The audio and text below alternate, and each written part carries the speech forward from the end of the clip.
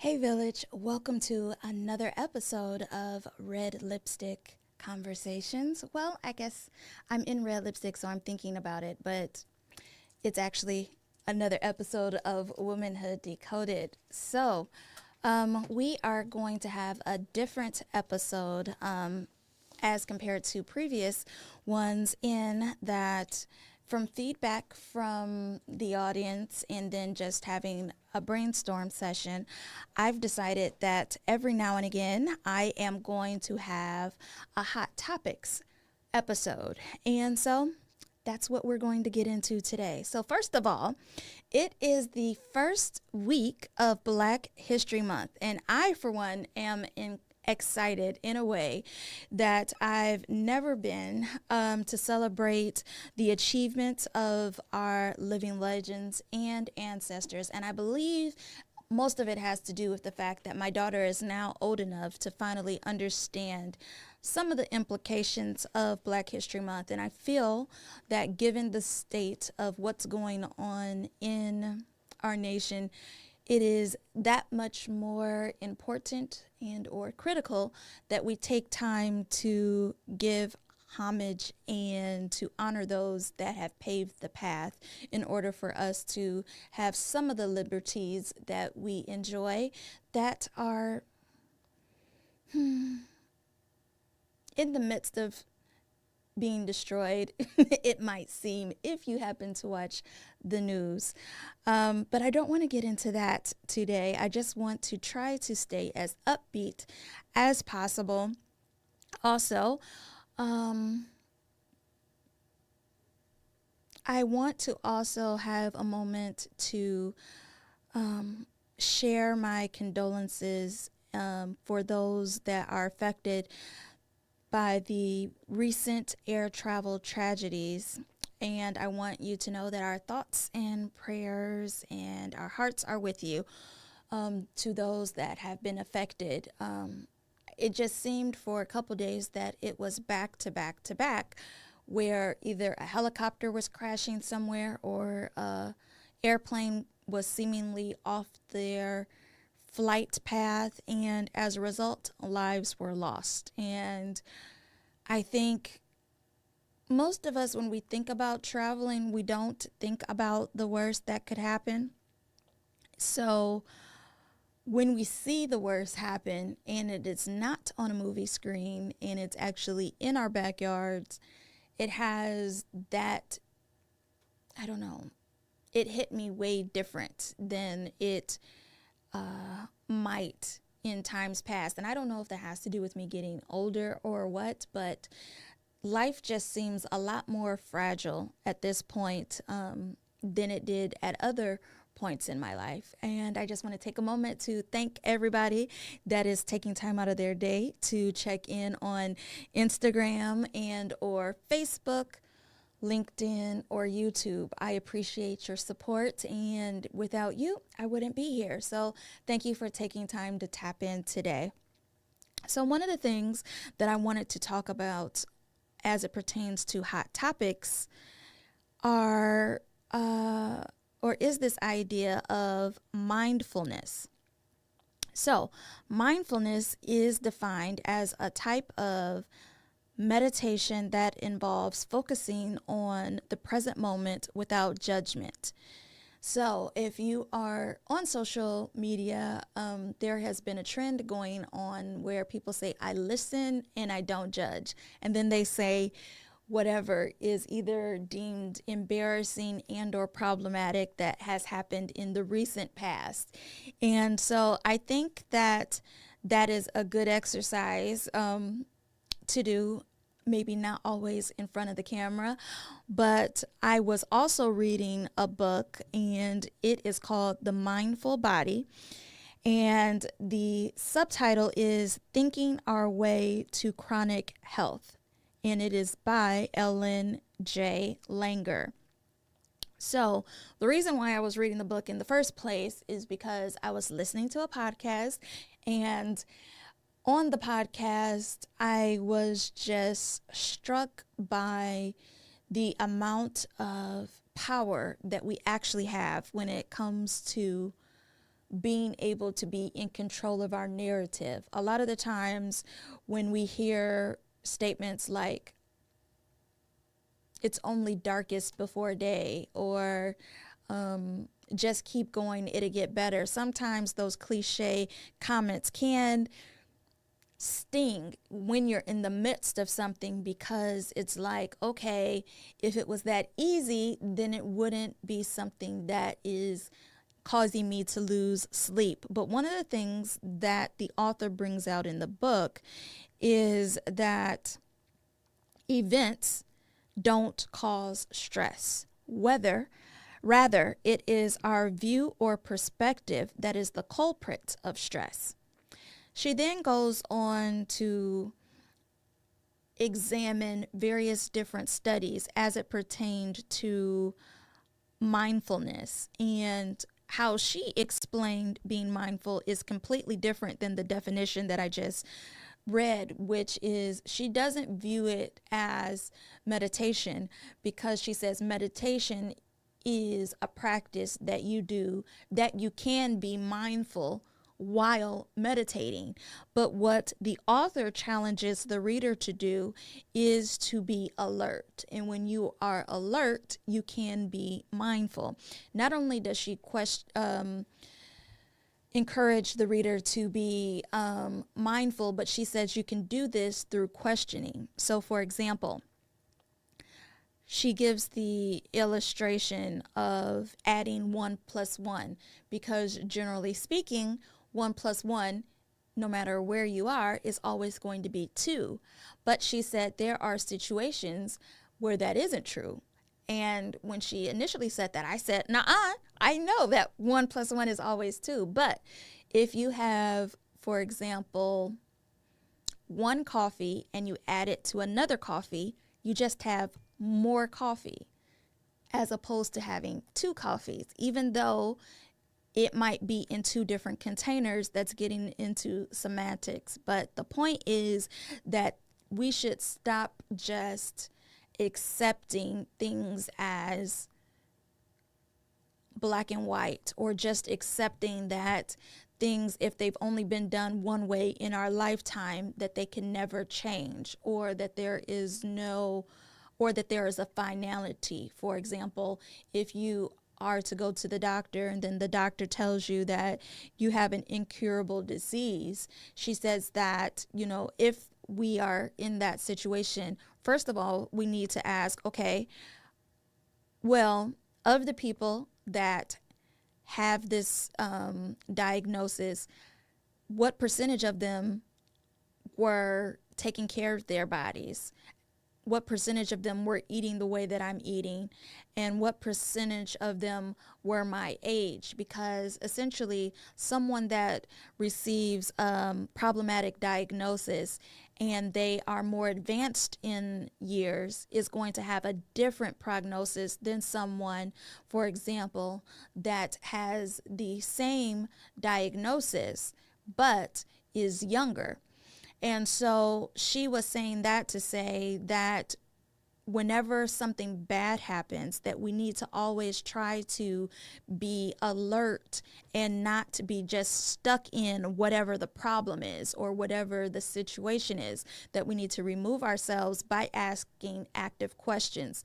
Yes, something happened that is not pleasant, but after we have acknowledged that, we need to move on to problem solving. And in doing so, in study after study after study, in the book, she illustrates how people have had remissions as it pertains to cancer diagnosis.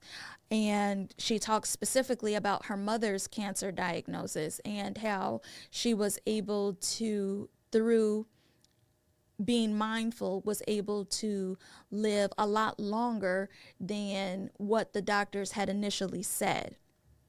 And I think just that idea in and of itself is kind of a lot to wrap your mind around, because typically I feel like when information is disseminated from somebody that you trust, like a doctor or a politician or a lawyer or whatever it might be, we tend to put a lot of emphasis on who is giving the message, and we don't really question. And so what she is saying in the book is that when you question, you can get to a different place. Thank you for your feedback.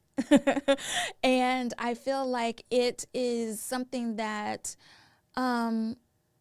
we don't really think about. I think that if we have, if we're in, for example, a car crash, God forbid, we tend to focus on that as opposed to focusing on that, the fact that we were able to walk away from the car crash. And oftentimes, as traumatic and as terrifying as a fire can be, the important thing is not the things that were lost, but the lives that were preserved. And I think that in our culture of consumerism, a lot of the times we are focusing on things as opposed to focusing on life, or as opposed to focusing on health, or as opposed to focusing on the fact that even though things can happen that are not positive, just the part of us that enables us to push through whatever the difficulty is, that is creating not only character, but it's giving us a skill set to navigate challenges, not just the challenges in our lives, but when we see challenges in lives of people that we are connected to. I know, just speaking from my own personal experience, that when I am navigating difficulty, I typically deal with it through avoidance. So if you see me being extra busy or busier than normal, usually it's because there is something going on in my life that I don't want to deal with emotionally. So it could be a death, it could be a health situation, it could be a personal situation as it pertains to my relationship status or whatever have you. But I, in therapy, have found that avoidance is not really the greatest strategy for pushing through, and it can actually handicap you emotionally. And speaking of emotional intelligence, I think sometimes when we hear those words, we overuse it in that, or either we, when I say we, I mean me, emotional intelligence is a thing that sounds good in theory, but when you put it to the test, and when I say put it to the test, when you are actually in the midst of conflict, do you have the ability to, as our forever First Lady said, to go high when someone is pushing those buttons? Are they able to get you or take you out of character, or are you using the fact that they know you in the way that they do, are you letting that shape the narrative? And so in reading about being mindful, I have been able to do a lot of self-examination, and what I came up with was a bit troubling, because a lot of the times I think a lot of us believe that we are further along on our journeys as it pertains to emotional maturity than we might actually be. And I think that for my life in particular, I just find it difficult to interact with people that refuse to take any responsibility when things go not according to plan. And I just find it to be disappointing. And then in my disappointment, I then become angry. And I know that I have been guilty of lashing out verbally. Notice I am listing character flaws that I have. And I think when it comes to overall mental health and self-awareness and emotional maturity and emotional intelligence, all of those quote unquote keywords, none of it is useful unless you turn the mirror on yourself so that you can evolve. And I said, and I have continued to say at various points on the podcast, that it's important for me to show the process. And for me, showing my work, something that they used to say in math way back when, it's not always as important that you got to a particular place. It is more important how you got there, because are you able to replicate it when you are put in another challenging situation?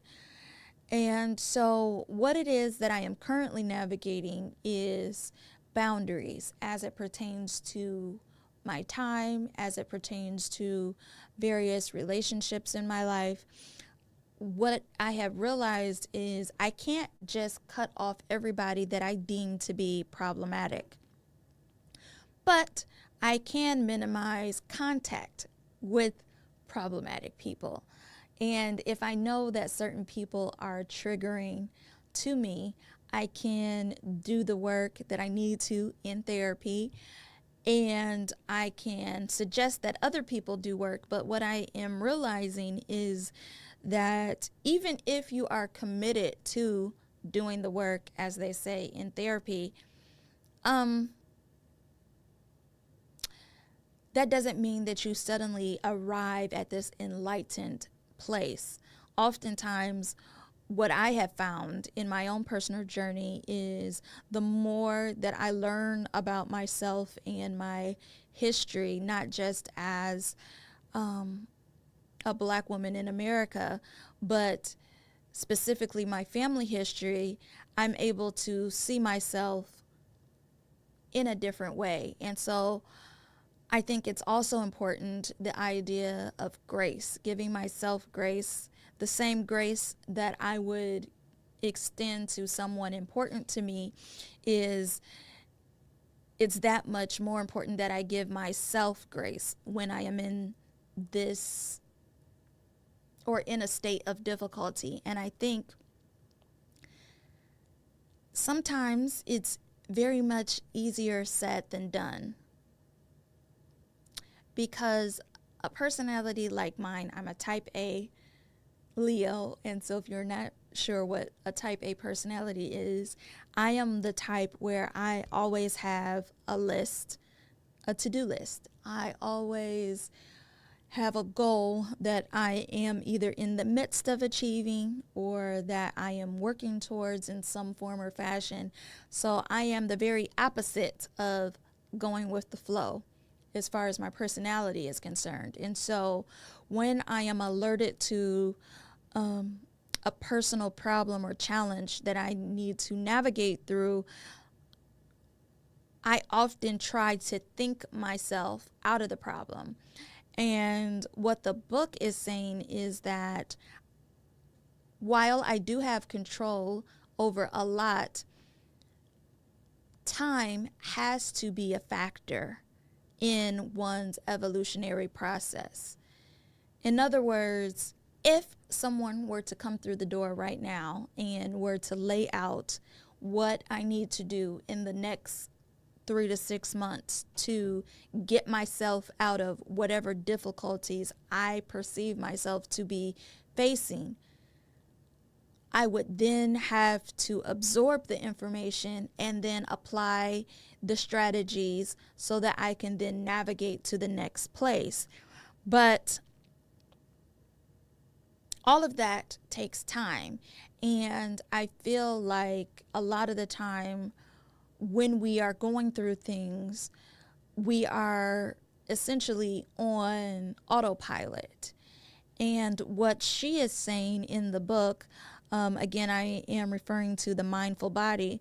What she is saying is that we need to do our best to snap ourselves out of the autopilot that society puts us in, because once you get to a certain stage or place in life, we kind of feel like we have it all figured out or we have a certain level of understanding. But what she says is, first of all, if you're not where you want to be, whatever you understand is probably not to your benefit. So, in other words, you need to go back to the drawing board so that you can get to somewhere different, because all of us have heard the saying, and it's true, doing the same thing, expecting different results is the very definition of insanity. And so what she is saying is that we need to cultivate curiosity as it pertains to every aspect of our lives. And so in doing so, we are being mindful.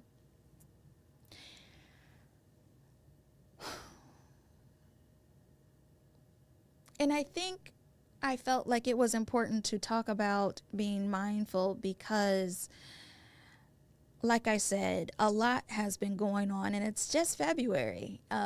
We got a new, or I wouldn't say a new, we got a returning president, and with that has come a lot of executive orders and what I perceive to be problematic policy. But now that I am looking at things from a new or different perspective, I realize that every challenge is just an opportunity to exercise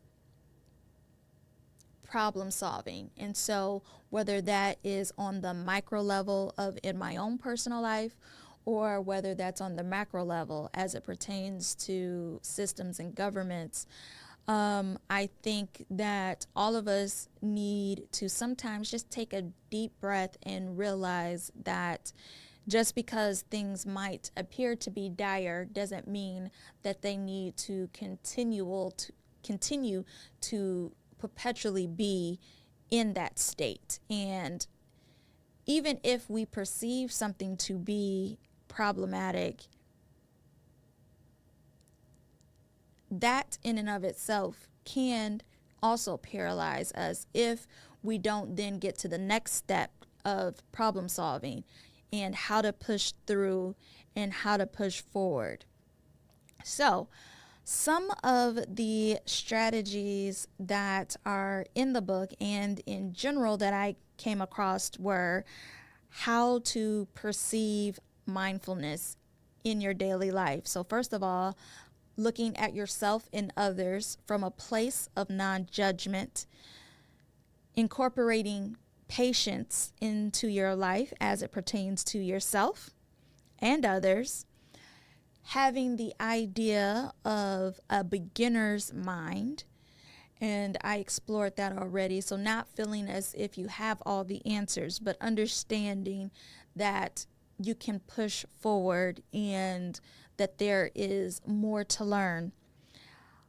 Additionally, trust plays a big role in mindfulness as it pertains to just trusting the process. And then finally, acceptance. When you accept that something is either good or bad or wherever in between, then you can reposition yourself and you have the opportunity to get to somewhere different. And I think that for me specifically, acceptance has in some ways freed me from some of the stress that I found that I was carrying, because when you accept, for example, I am going to loosely paraphrase what Tyler Perry said, and he essentially said that when he started to accept people for who they were versus who he wanted them to be, he experienced a great freedom. And there's a lot of truth to that, because I think when you have anyone in your life, you have expectations of them. And a lot of the expectations that you have of others is predicated on your experience or on my experience. So for example, if I am a person that is loyal, and I am a person that tells the truth, and I am a person that is endeavoring to evolve in all of these various different things. My perception is that everybody else is on a similar journey.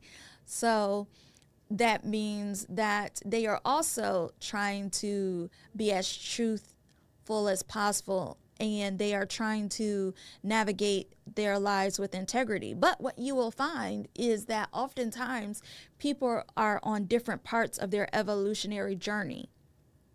And so the grace that I was just talking about as it pertains to giving grace to yourself, grace, I feel, is attached to acceptance, because when you are accepting of the imperfections of yourself and others, then that gives or creates an environment for a true relationship, or a truly supportive relationship. And I'm using the term relationship loosely because I'm not talking about a romantic relationship. I'm talking about interactions in general. And what I'm saying is that when you give people the room to, for example, mess up or to not live up to your expectations, I think people often have the idea that everybody is expecting this high level of perfection in everyone. And I don't believe that that's the case. At least that's not what I am looking for in my friends. For me, people that I call my friends are people that get me without me having to do the most explanation. I think all of us enjoy being around people where there's a shorthand, whether it is how you communicate, whether it is certain phrases, whether it's a certain dialect or whatever have you. When you feel accepted, you feel like you can be your whole self or your full self. And I know that at various different points in my life, I was very much into people pleasing and fitting in the boxes and or checking off boxes. And what I have found about all of the boxes is that there's nothing negative or problematic about the boxes in and of itself. The problem is when we become consumed by the box. And so what I'm talking about is, so if, for example, you have always tried to fit into the box that is necessary to work in corporate America, that has to do with the education that you have gotten, that has to do with how you present yourself, that has to do with how you speak. So it's a lot that has to do with fitting into that particular box. When it comes to checking off boxes, you might have been the first to graduate college or high school or whatever in your family, or you might have tried to avoid checking off boxes like being a teen parent or a teen mom. And how I joke and say, while I did avoid checking off the teen mom, I did check the single mom box, and that was not one that I was looking to check off, but that's just how the cookie crumbled. But the point is, when we are navigating life, I think a lot of the time we put a lot of pressure on ourselves as it pertains to these boxes and these categories. And what I have found at my big age is that, first of all, avoiding and or checking off boxes doesn't give you the satisfaction that it is advertised to give. Because when you're going through school, there's this idea that once you quote unquote make it to a certain level, that you're supposed to feel this inner satisfaction. And if you talk to most people that are successful or that have attained a certain level of success, what they will say is as soon as they got to whatever level, they felt empty or they felt emptiness. And they felt like they immediately needed to take on another project or take on another degree or take on another certification or go for something else because this feeling of inadequacy is something that they weren't expecting. And I think the feeling of inadequacy can also run parallel to not only inferiority, but there's been a lot of talk about pretending to be something in order to get to a certain level. So people talk about faking it until you make it, or there's another complex that is connected to it, but we'll come back to that. But the point is, when you are navigating all these different things, you tend to have this idea of satisfaction. And what I am discovering about life is it's more so about enjoying the process and the journey as opposed to the destination. So, for example, the people that you are around. And what I have found is, regardless of what it is that you are trying to do, it's more fun and you can get further along when it's done in a team effort. And it's something about going through things together that creates a bond. I really don't know why that is, but there's been various different studies on when people feel isolated in the workplace, in their relationship, in whatever they are trying to do, that oftentimes is the catalyst for depression. And the catalyst is feeling isolated. And I guess that is why, for me, it's important to create platforms and opportunities for connection, whether it is through my company, A Village for Us, or through either of my podcasts, because I want people to know that whatever it is that they are going through, that they are not the only person that's going through it. And I feel like there is this idea too that if you are successful in one area of life, so let's say financially you're successful, or in your company you're successful, what you will find is the nature of life is there's going to be a challenging part of your life that isn't something that's in the forefront. So, for example, everything might appear to be going great or going perfectly in the lives of someone that's close to you. But what you may not know is they may be navigating a health concern or challenge, or they may be going through a divorce, or they may be going through any sort of difficulty that you just are not privy to. But from your perspective on the outside looking in, particularly if you're looking on social media, for example, people rarely post when they're having a difficult time, unless you are a celebrity that likes to go live in the midst of a breakdown. And I don't need to, bring attention to whom I might be talking about, because I'm sure you can think about people who tend to go live in the midst of a breakdown. And I'm not poking fun, but I am smiling because I don't know why we do that.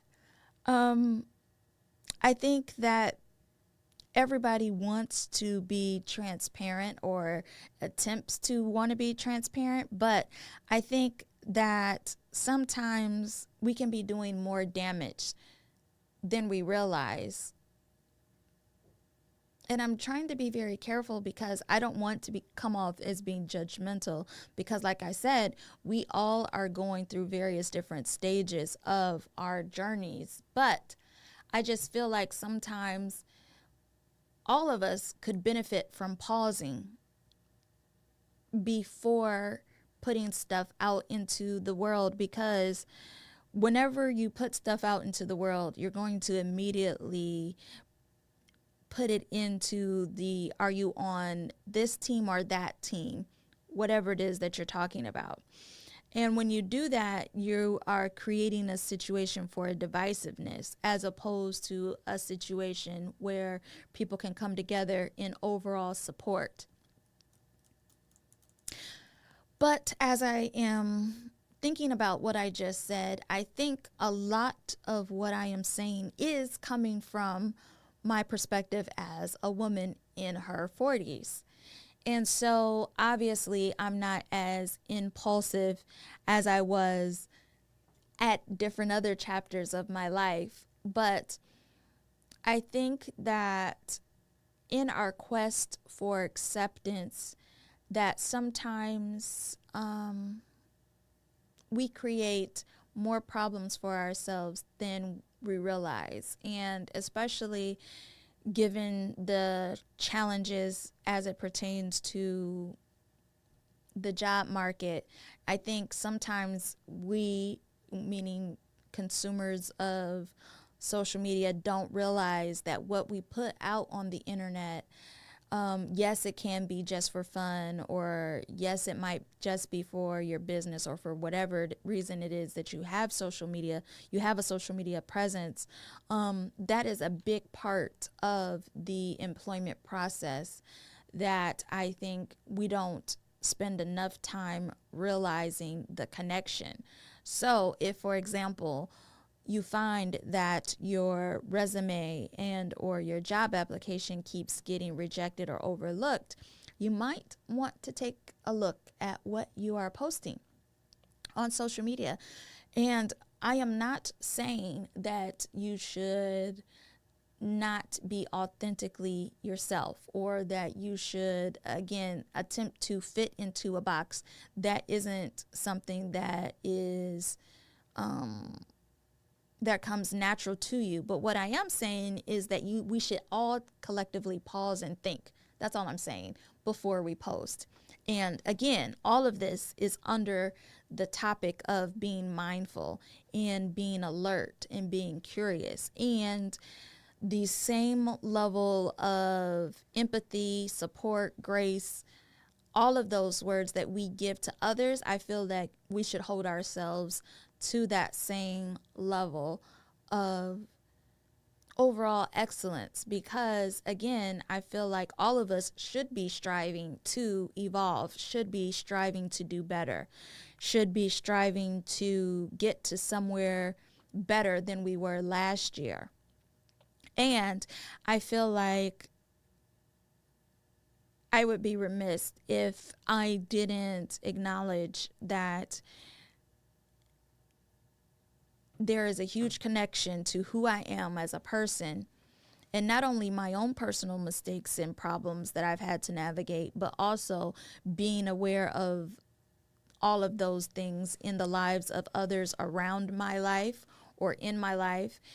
And also, like I started this episode talking about Black history and why I feel like it's still important for us to be celebrating, acknowledging, and doing all of the things, because honestly, if we don't know our own personal history, if we don't continue to fight for justice and inequality, I feel like we're going to always be sliding backwards as a nation and as a people. And the only way that we can keep a foothold in progress is being aware of the problems that have been inflicted on us systemically through racism.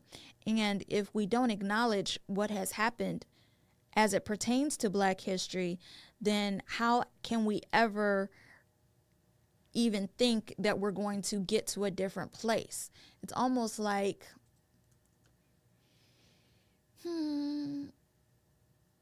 if we don't as a nation realize where we are geographically, let's say you are in some body of water, and if you don't know where you are, a lot of the times that has to do with not realizing or taking account of how you got there. And I feel like a lot of the times when we are looking at big problems like racism or prejudice and things of this nature, we're not looking or putting enough emphasis on how we got here, because it's not that things just all of a sudden got to how they are. A lot of stuff had to happen in order for things to get to the ways that they are now. And so for us to be able to get out of that place, we have to acknowledge how we have gotten here, and we have to do the work to get us out of there. And so I feel like there are just so many different contributions as it pertains to science, medicine, art, history, and just so much outside of the quote unquote people that we were all taught about in school. So, like our former president Obama said, when he was speaking about Black History Month, he was saying that, you know, however long February is, it's not long enough to celebrate all and or to study all and or to research all and or to celebrate all that has happened to make Black history. I think that in my house in particular, I do all that I can to not just celebrate Black History Month during February, but to continually throughout the year talk about people that have made huge contributions. And I feel like this is important not to just talk about in the sense, you know, because my daughter, she's 5. So I understand that when I'm talking to her, a lot of the times she puts, for example, Little Red Riding Hood and Sojourner Truth are like on the same level in her brain, because they are both people that she's able to, or characters in her mind that she's able to watch on her tablet. But what I'm trying to explain to her is that when it comes to developing her character, when it comes to who she is as a person, it's important for her to differentiate between differences. And so when I'm talking about differences, I'm trying to be very careful. I'm not saying differences in the sense of identifying differences in people, but what I'm saying, to be able to understand the difference between a pillar of history and a fairy tale.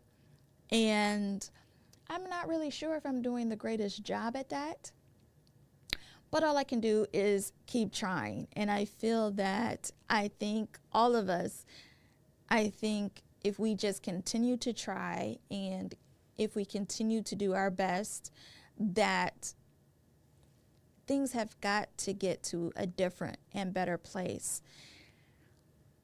Moving on to maybe a lighter topic, I want to quickly acknowledge and talk about the Grammys. And the reason I want to talk about the Grammys as it pertains to a hot topic is because I really appreciated when Beyonce was winning her Grammy for her album and contribution to country music. She said something to the effect of genre is something that is oftentimes used to keep us in a box. But if we are true to ourselves and we just create and we are consistent, then maybe we will eventually be acknowledged for that work. And so I just think that as we continue to push forward through this year, through the difficulties that we are navigating in our lives, and as we look at what we want to achieve as people and as individuals, I think that if we challenge ourselves to really look deep at what is bringing us joy each day, what is giving us a reason to want to smile, whatever it is. I think that if we put time and energy into that, as much as we put time and energy into talking about the problems and the difficulties and the struggles, not to minimize any of our lived experience, but if we acknowledge and then, like I said, push forward to the next point, which is problem solving, so that we can achieve, not just for the purpose of achieving, but for the purpose of living in our purpose and our passion. Because I feel like when you connect your purpose, your passion, and to your passion, I feel like things start to fall in place in ways that they don't do in any other situation. I think that a lot of the times, going back to boxes and checking off boxes and things of that nature, when we are just doing that as opposed to looking deep within and finding what is creating that spark within us, I think our overall mindset has a huge impact on the progress that we're able to make. And I feel, just from my own personal experience, that when I have been positive, when I have expected the best as opposed to expecting the worst, a lot more positive tends to happen. And so I invite you to find something that makes you smile, whether it is a TV show, whether it is a song, whether it is taking a walk, whether it is reaching out to an old friend or family member, whatever it is that's going to make you smile. I challenge you to do that today. And I challenge you to do that not just today, but to do it more frequently, because just like in earlier in the podcast when I was talking about people that lost their lives when they were traveling at various different points via air travel, I don't think anybody that experiences tragedy expects today or yesterday to be their last day. I think all of us have this idea that we're going to be here forever. Thank you, Lola, for taking the time to check in. But I think we just have this idea that it doesn't apply to us, or we are the exception to the rule, or we are going to somehow overcome. And I think that's good to a degree, but I think we need to also understand the fragility of life and understand that life every day is a gift, and that when we recognize the gift, even if it's difficulty, that we can take control of our lives in a way that we may not even realize that we're able to do. And so I think I am going to not just challenge you all to do this, but what I would love you all to do in the comments wherever you all are watching is let me know what you are doing either today or this week to be mindful, or to be curious, or to be present in the moment. I love it if you would share those with me so that in a future episode, I can shout you out and let the audience know what you are doing, because I don't feel, like I said, that this is just going to be a one-time topic. I feel like this is going to be a recurring topic when it comes to mindfulness and being intentional, because again, I am on a journey of personal evolution, and I am going to invite you all as my village to, if you're not on that journey already, to get on the journey, because what you will realize is it's not the destination that is the focus. The focus for at least me is not perfection, but progress. And I feel that when I'm able to see progress in my life, and when I'm able to celebrate achievements and milestones and progress in my daughter's life and in other people's lives that are attached to me, it brings about a joy. And I think it's almost contagious when you start to focus on the joy versus focusing on the pain. Not that we shouldn't acknowledge the pain, but find a way to focus or find joy. I think all of us could benefit from that. So again, let me know in the comments if any of this has been helpful to you. And I'm going to look for your comments as it pertains to being mindful, being present, and hopefully you will choose to check in with me later on this week for Red Lipstick Conversations. Again, I am your host, Tasha Ray, and this has been another episode of Womanhood Decoded. I'll see you all next time. Bye-bye.